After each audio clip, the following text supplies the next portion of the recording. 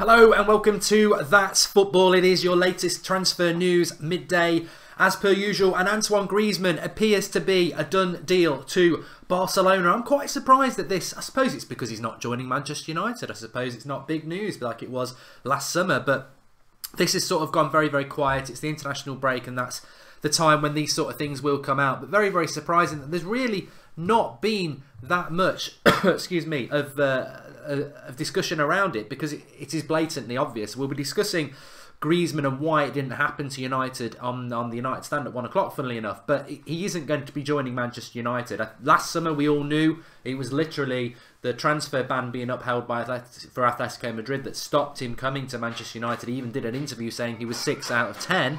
And then he's come after that.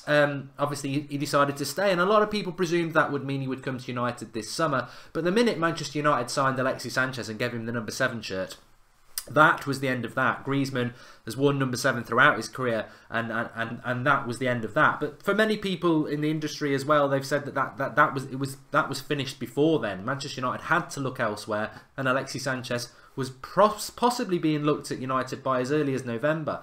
So Griezmann, at some point from last summer, has decided that England is not the move for him. And weak mentality is something that gets levelled at Griezmann. Obviously, you know, he changes his hair like the weather, and maybe he is a bit of a fancy Dan sort of player, and he's openly said, "Oh, I don't really like the weather in England." I mean, what a professional footballer is doing saying that, I do not know. And maybe that's something about his mentality. Maybe he is a little bit weak-minded. Well, but he's a very good player. He'll be getting to Spain, stay in Spain. £100 million, his release clause. So Barcelona, as much as, you know, United fans can say, oh, we don't want Griezmann anymore, or Chelsea can say they don't want Griezmann, or Man City, or whoever, the reality is Griezmann is, what, 26, 27? He's been third in the Ballon d'Or before. He's one of the best players in the world, and he has got that release clause that will kick in from July of €89 million, which knocks it to about £100 million, which, for a player of peak of his powers, it's a steal. It's a steal, and Barcelona will get a good deal there, I would suspect. So Barcelona, Antoine Griezmann, maybe it's not being talked about because it's so inevitable it's going to happen, but there's nowhere else. There's nowhere else unless he's going to go to PSG, and that's it. Retro City says Griezmann or Alexis Sanchez. I'm not going to lie, it would have always been Griezmann for me, and that was even before United signed Sanchez. I think Alexis Sanchez is a very, very good player, but it would have always been Griezmann as far as I'm concerned. Some of the other interesting things hitting the news today. Interesting around Toby Alderweireld of Tottenham. He has got a release clause, but it doesn't kick in till next year, by which time I think he'll be 30 or just under. I think the release clause next summer is £25 million, but there's a report today, HLN in Dutch, Tottenham are resigned to losing Belgian defender Toby Alderweireld, 29, this summer, but will demand €50 million, which is £44 million.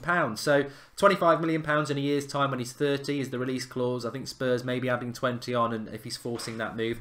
Manchester United interested in him. Manchester United have got a difficult history with Daniel Levy, the owner of Spurs, because of the Berbatov deal a few years ago, so that might be difficult. So there's talk of him maybe going to PSG.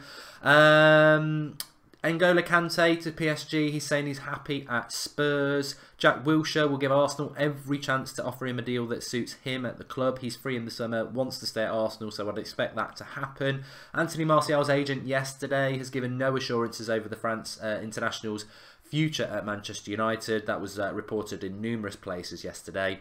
And Liverpool boss has given his, Jurgen Klopp has given his international players, his non-international players, a week off, and has taken his coaching staff to Tenerife for a stag do. Not the stag do bit I've made up, but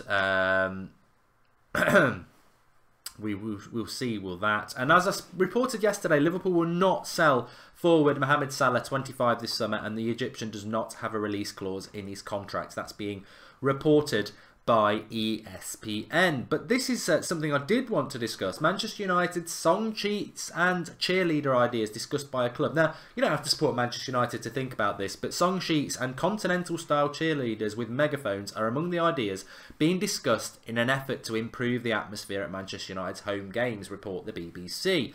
The club were asked at recent fans forum if song sheets could be distributed at the turnstiles. Meanwhile, the Premier League will provide fans with a full update in May over potential for Manchester United to have a women's team.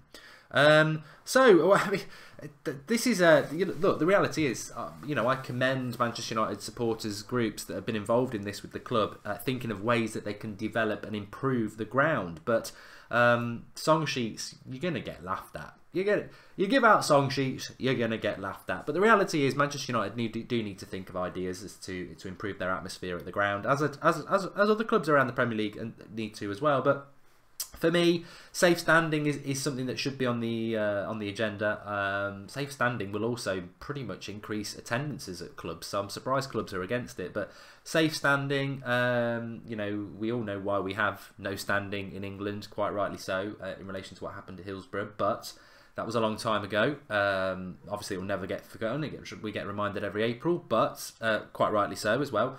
But they have it in Germany, and a lot of the things that happened because of Hillsborough and other stadium disasters have obviously been scrutinised and sorted out. So safe standing could bring good atmospheres back to grounds, of course. But for me, I think you just got to... The first one I would go with is cheaper tickets, so that you're not pricing out some of the more... you're not pricing out certain sections of support. And also sticking, having a singing section. I think that's a good idea. I think putting everyone who wants to have a sing song together is a good idea as well. So I would go with that. Since Sanchez is not playing number 10, who will mark, says Christopher White. Well, I don't really want to get too in deep on Manchester United topics because it's not a Manchester United fan channel. But what I can say about Alexis Sanchez, because it's been widely reported today, is this: that apparently Alexis Sanchez is a bit of an individual at Manchester United. He is a bit of a player that goes and has his dinner on his own in the canteen. I mean, whether this is just, international break, you're going to get negativity fed out around a club that's got a bit of negativity at the moment, and that's Manchester United. But these things were rumoured against Alexis Sanchez back in... when was it? Well, yeah, when he was at Arsenal a few months ago. So maybe there is something in that. I don't know, but look, just because a player doesn't eat his dinner with everybody else doesn't sound very particularly good, does it? But it doesn't. It's not the end of the world, and it's what people do on the pitch that matters.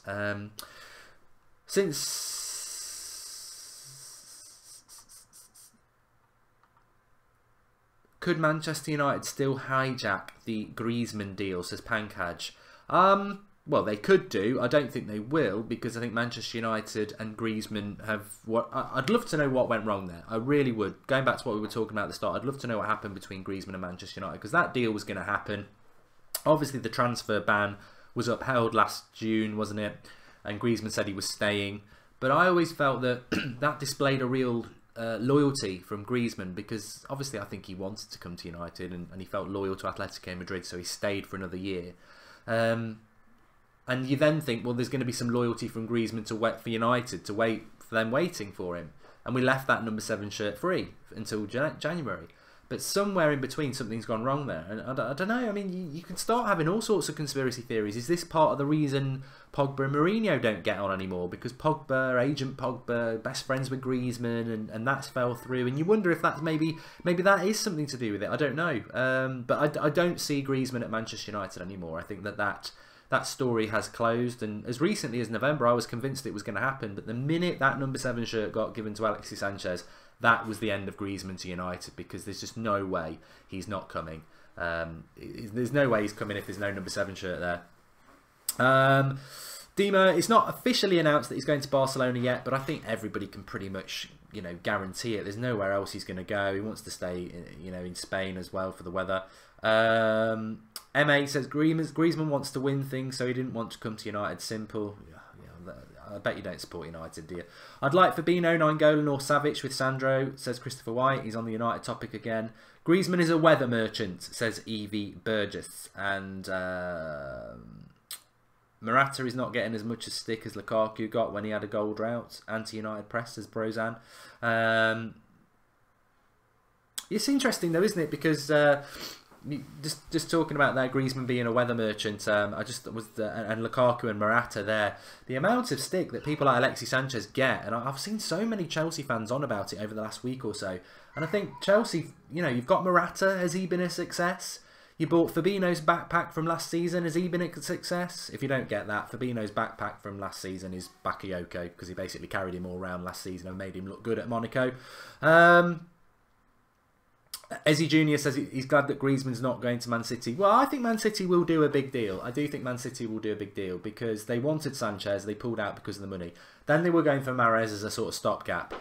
That, you know, a lot of people laughed that that didn't happen. But actually, I think from Man City's point of view, that's quite good. Because has it really cost them anything? They're going to win the league. They're still in the Champions League. And I think this summer they still want another attacking player. And now because it's the summer, and the summer's always the better time to buy, maybe they'll get a Dybala. Maybe they might try and get a Griezmann. I mean, if Manchester United think they got one up on Manchester City getting Alexis Sanchez in January, that'll be nothing on Manchester City getting a Griezmann or a Dybala. So watch this space with that. I've always felt that Man City will bite back in relation to what Manchester United did with Sanchez in January, because obviously there's a power shift, isn't there? Anyway, thanks everybody for tuning in. I'm live again at 1 o'clock on the United Stand, and 8 o'clock tonight. And we've also got a call-in show on That's Football tonight. Xander's doing a Skype-in. So anything you want to talk about football, I think it's going to be live about 8:30. So keep an eye out for that. Call in on Skype. He'll be giving you the details live at 8:30. So subscribe to the channel if you're new. Drop a like on the video. Give us your thoughts below on any topics you want discussing for tonight's show. And I will see you tomorrow at midday. Thanks for watching.